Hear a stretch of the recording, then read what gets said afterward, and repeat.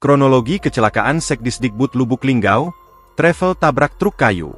Sekretaris Dinas Pendidikan dan Kebudayaan, Disdikbud, Lubuk Linggau, Sumsel, Yulianti meninggal dunia karena terlibat kecelakaan. Mobil travel yang ditumpanginya mengalami kecelakaan di Jalan Lintas Prabu Mulih, Senin, 28 Mei 2025, dini hari. Diinformasikan mobil travel Mura yang ditumpangi Yulianti bertabrakan dengan mobil truk pengangkut kayu. Agen travel Mura Subay membenarkan bila mobil milik travel Mura mengalami kecelakaan di Jalan Lintas Prabu Mulih. Ia mobil kita yang semalam kecelakaan di Prabu Mulih, kata Subay saat dikonfirmasi tribunsumsel.com. Subay pun membenarkan bila korban dalam kecelakaan tersebut ada dua orang yakni Yulianti dan Ira Nanda Fahira. Korbannya dua orang. Satunya Sekretaris Dinas Pendidikan, ungkapnya.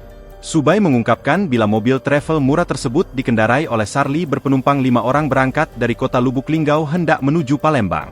Ketika tiba di lokasi kejadian, mobil yang dikendarai oleh Sarli tersebut diduga bertabrakan dengan mobil truk kayu.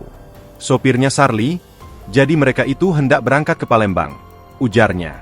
Yulianti dikenal sebagai sosok pegawai negeri sipil, PNS, yang berdedikasi terhadap pekerjaan. Kepala Badan Kepegawaian dan Pengembangan Sumber Daya Manusia, BKPSDM, Dian Candera mengaku turut berduka cita atas meninggalnya Yulianti. Dian mengaku cukup mengenal sosok Yulianti yang mempunyai dedikasi tinggi terhadap pekerjaannya.